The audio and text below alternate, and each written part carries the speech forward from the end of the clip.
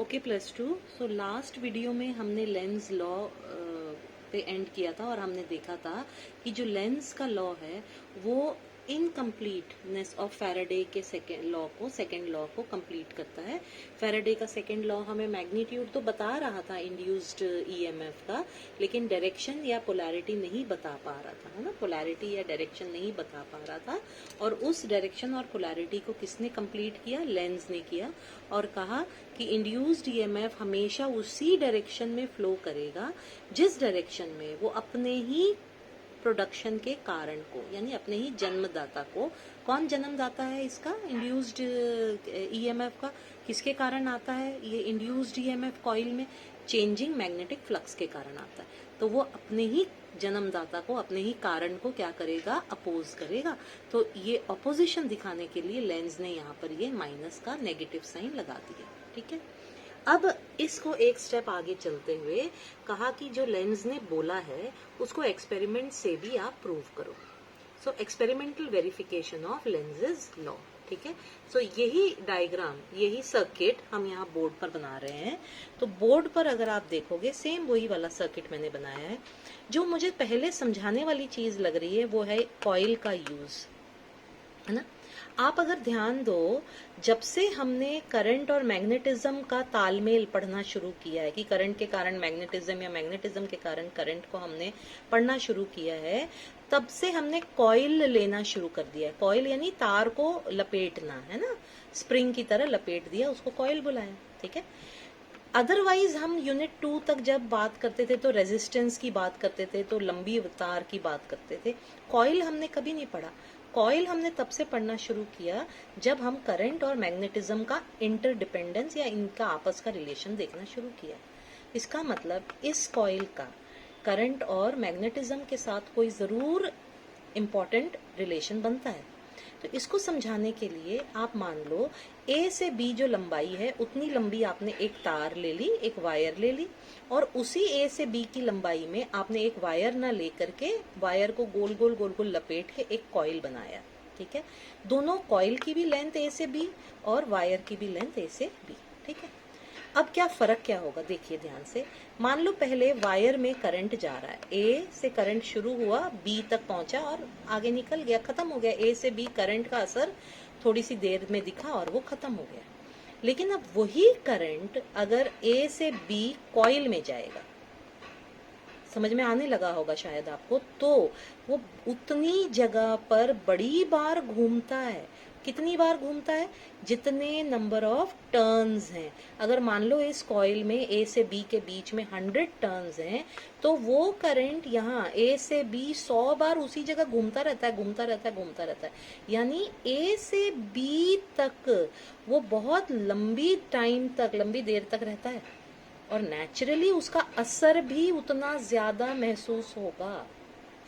ठीक है, तो उसी करंट का जो इफेक्ट है वो नंबर ऑफ टर्न्स कितने हैं। अगर 100 टर्न्स हैं तो वो 100 टाइम्स घूमेगा ना। अगर 100 टर्न्स हैं तो वो 100 टाइम्स घूम रहा है, तो उसका जो असर है वो आई नहीं दिखाई देगा, बल्कि कितना दिखाएगा? n times I. समझ आई बात? इसीलिए जहां भी मैग्नेटिज्म, क्योंकि मैग्नेटिज्म का स्ट्रॉन्ग डिपेंडेंस, आप बायो सैवर्ट्स लॉ याद करो तो मैग्नेटिज्म का स्ट्रॉन्ग डिपेंडेंस होता है किसके ऊपर? करंट के ऊपर, है ना। तो अगर करंट की वैल्यू बढ़ जाएगी तो मैग्नेटिज्म भी बढ़ जाएगा। बहुत ज्यादा करंट की वैल्यू बढ़ाने के बदले ये एक आसान सा तरीका निकाला कि करंट उतना ही रहने दो, लेकिन उसको उसी जगह पर बड़ी बार घुमाते जाओ, वहीं पर घुमाते जाओ, घुमाते जाओ। तो कॉइल में जब करंट रहेगा तो उसी करंट का जो असर है वो जितने नंबर ऑफ टर्न्स हैं उतने टाइम्स मल्टीप्लाई होकर के आपको यहाँ महसूस होगा। ठीक है, तो मैग्नेटिज्म और करंट जहां भी इकट्ठा पढ़ेंगे आप, तो आप याद रखेंगे कि वहां आपकी सबसे बेसिक पहली प्रायोरिटी वो होगी रिक्वायरमेंट कि करंट वायर में ना दौड़े, करंट किस में दौड़े? कॉइल में दौड़े। आई होप ये समझ में आ गया। अब आगे चलते हैं ये दूसरी चीज के ऊपर। ये क्या है? ये एक्चुअली में 2 वे की है। ये की जो है ये 2 गैप्स हैं इसमें। आप चाहें तो 2 और 3 का गैप फिल कर सकते हैं। जब आप ये वाला गैप फिल करेंगे, मान लो ये वाला गैप हमने फिल कर दिया, इसको सर्किट को कंप्लीट कर दिया, तो अब सर्किट ये बन जाएगा, कॉइल ए बी, ये गैल्वानोमीटर, और बस ये सर्किट बंद हो गया। ठीक है। अगर आप A B sorry I am very sorry 2-3 का गैप बंद नहीं करते हैं, ठीक है, मान लो 2-3 का गैप नहीं बंद किया आपने, आप बंद करते हो 1-2 वाला गैप, है ना। समझ लो कि आप 1-2 वाला गैप बंद करते हो। ठीक है, तो अब इस गैप को बंद करके देखते हैं। अब सर्किट में क्या आएगा, ध्यान से देखिए। सर्किट में ये सेल, कॉइल, गैल्वानोमीटर और वापस सेल, यानी अब सर्किट में सेल है ना, कॉइल है और गैल्वानोमीटर है। और जब 2-3 बंद कर रहे थे तो एक तरह से इस सेल को काट दे रहे थे और सिर्फ क्या था, कॉइल और गैल्वानोमीटर था। ठीक है, और साथ में यहाँ एक मैग्नेट भी है, ये भी इस सर्किट में। नेचुरली इलेक्ट्रोमैग्नेटिक इंडक्शन की बात कर रहे हैं, मैग्नेटिक फ्लक्स की बात कर रहे हैं, तो मैग्नेट तो आएगा ही। ठीक है, so now how do we start, क्या करना है। सबसे पहले उन्होंने क्या किया, क्लोज किया गैप 1-2, ये गैप क्लोज किया 1-2। ठीक है, जैसे ही ये गैप बंद किया, सर्किट में क्या क्या आ गया, कॉइल आ गया, गैल्वानोमीटर आ गया और ये सेल आ गया। अब सर्किट कंप्लीट है। ठीक है, तो सर्किट कंप्लीट है तो यहाँ से पॉजिटिव से करंट फ्लो करना शुरू करेगा, करंट आई पॉजिटिव से फ्लो करना शुरू करेगा। ठीक है, और कॉइल में होते होते होते यहाँ करंट जा रहा है इस तरह से, और यहाँ से करंट ये ऐसे निकलेगा और गैल्वानोमीटर में क्रॉस करेगा। याद करो मैंने आपको बताया था गैल्वानोमीटर का 0 सेंटर में होता है, और जब यहाँ से करंट क्रॉस करेगा तो ये नीडल 0 पर नहीं रहेगी, वो इधर को डिफ्लेक्ट हो जाएगी। ठीक है, सो मान लो आपका करंट जब इस डायरेक्शन में जाता है, ए से बी इस तरह से फ्लो कर रहा है, तो गैल्वानोमीटर का deflection is towards the right, ऐसा हुआ। ठीक है, ये मान लेंगे। ये एक बहुत इंपॉर्टेंट पॉइंट है, ये यहाँ लिखेंगे कि करंट ए पर जब एंटी क्लॉकवाइज फ्लो कर रहा है ना। आप देखो यहाँ पर ध्यान से, अगर मैं यहाँ पर एक सर्कल बनाऊं, घड़ी बनाऊं, तो यहाँ 12 बजे हैं, यहाँ 9 बज रहे हैं ना, तो 12 से 9 घड़ी ऐसे नहीं चलती है ना, तो ये एंटी क्लॉकवाइज करंट ए में फ्लो कर रहा है। मैं चाहूं तो यहाँ पर एक छोटा सा सर्कल बना करके एंटी क्लॉकवाइज करंट दिखा दूं, ऐसे जा रहा है, और इधर ये भी मैच कर जाता है। ये देखो ध्यान से, ये एरो इस एरो के साथ मैच कर रहा है, ये एरो इस एरो के साथ मैच कर रहा है, और जो शेप बन रही है वो शायद एन की बन रही है ना। तो इसको तो मैं बाद में डिस्कस करूंगी आपके साथ, फिलहाल ये समझ लीजिए कैसे मैंने ये एन बनाया, एरोज मैच कर गए। ठीक है, तो ए में एंटी क्लॉकवाइज करंट ए में जब जाता है, ठीक है, तो गैल्वानोमीटर का deflection is towards the right. ठीक है, ये हमने यहाँ से समझा, ये बहुत इंपॉर्टेंट पॉइंट था जो हमने यहाँ से समझा।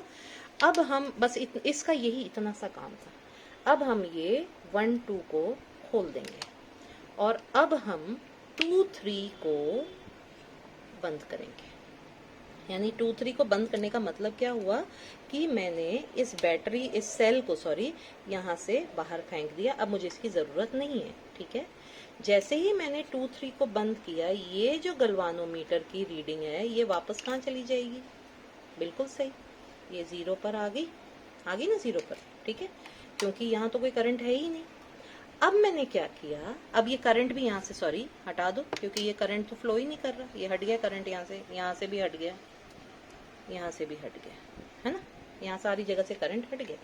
अब इसमें कोई भी करंट नहीं दौड़ रहा है। ठीक है, अब क्या करना है, मैग्नेट के नॉर्थ पोल को, ये मैग्नेट के नॉर्थ पोल को ए की तरफ लेके आइए, इसको नीचे लेकर के आइए टुवर्ड्स ए। जैसे ही आप मैग्नेट के नॉर्थ पोल को एक ही तरफ लेके आते हैं, आप गैल्वानोमीटर में डिफ्लेक्शन देखते हैं, and that deflection is towards the right. आपको तुरंत गैल्वानोमीटर में डिफ्लेक्शन दिखाई देती है टुवर्ड्स द राइट। तो अब इसको लिखते हैं, नॉर्थ पोल का नजदीक आना, मैग्नेट का जो नॉर्थ पोल है उसका नजदीक आना, ठीक है ना, और गैल्वानोमीटर में नजदीक आना और गैल्वानोमीटर में वापस राइट की तरफ डिफ्लेक्शन जाती है। जब यहाँ दोनों बार गैल्वानोमीटर में राइट की तरफ डिफ्लेक्शन जा रही है, तो इसका मतलब मैग्नेट का नॉर्थ पोल जब नजदीक आ रहा है तो वो जो करंट इंड्यूस कर रहा है, आप बोलेंगे मैडम करंट कहाँ से इंड्यूस हो रहा है, तो करंट इंड्यूस हो रहा है, करंट आ रहा है, तभी गैल्वानोमीटर में डिफ्लेक्शन आई है। अगर करंट नहीं आता तो गैल्वानोमीटर 0 पर ही रहता है ना। तो ये डिफ्लेक्शन का मतलब करंट है। अच्छा, करंट है तो करंट की डायरेक्शन क्या है, तो गैल्वानोमीटर राइट जा रहा है, इसका मतलब कि करंट की डायरेक्शन ए पर कैसी है, एंटी क्लॉकवाइज, यस और नो। और एंटी क्लॉकवाइज करंट पहले भी जब बना था तो हमने देखा था कि वो बनाता है नॉर्थ पोल, ठीक है। अब आप बोलेंगे मैडम करंट की बात करते करते आप मैग्नेटिज्म पर पहुंच गए। बेटा जी, करंट मैग्नेटिज्म को प्रोड्यूस करता है, ये बायो सैवर्ट्स लॉ में हमें क्लियर बताया, ठीक है। और फैराडे ने हमें बोला कि चेंजिंग मैग्नेटिक फ्लक्स आपको करंट देगा, इंड्यूस करंट देगा, है ना। तो ये तो आपस में एक दूसरे से जुड़े मिले हैं। तो जैसे ही ये मैग्नेट नजदीक आया, इसने इंड्यूस्ड ईएमएफ प्रोड्यूस किया कॉइल में, वो इंड्यूस्ड ईएमएफ के कारण गैल्वानोमीटर राइट की तरफ डिफ्लेक्ट हुआ। राइट की तरफ डिफ्लेक्ट होने का मतलब हमने पहले देखा कि ए में जो करंट है वो एंटी क्लॉकवाइज है, यानी यहाँ पर करंट फिर से एंटी क्लॉकवाइज बन रहा है, और एंटी क्लॉकवाइज करंट बनाता है नॉर्थ पोल, है ना। अब ये जो नॉर्थ पोल यहाँ बना इंड्यूस्ड करंट के कारण, ठीक है, वो इस आने वाले नॉर्थ पोल को प्यार से बुलाएगा अपनी तरफ या रिपेल करेगा, क्या करेगा, अपोज या अट्रैक्ट, यस अपोज करेगा ना, लाइक नॉर्थ नॉर्थ एक दूसरे को रिपेल करेंगे।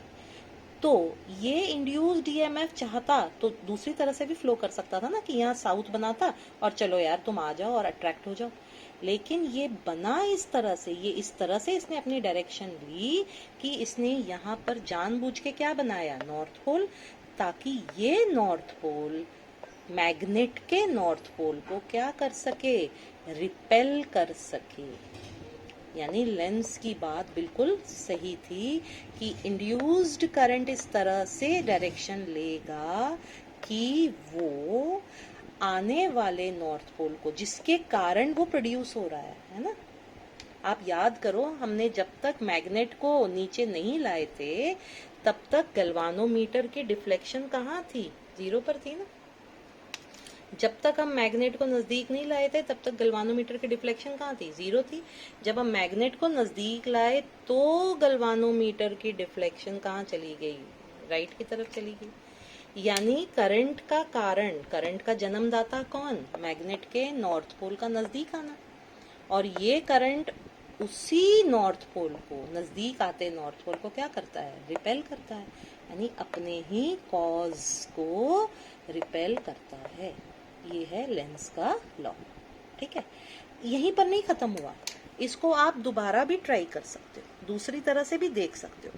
आपने बोला अच्छा बेटा तुमको मेरा नजदीक आना पसंद नहीं है, कोई बात नहीं, मैं दूर चला जाता हूँ।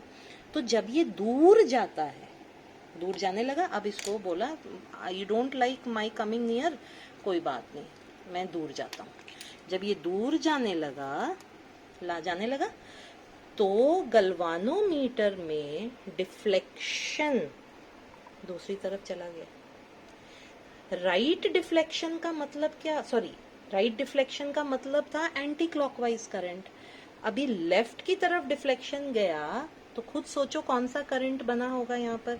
तो ए पर अब बनेगा क्लॉकवाइज करंट, ठीक है। और क्लॉकवाइज करंट के एरोज के साथ एस के एरोज मैच करते हैं, ठीक है। यानी अब यहाँ पर बन रहा है साउथ पोल।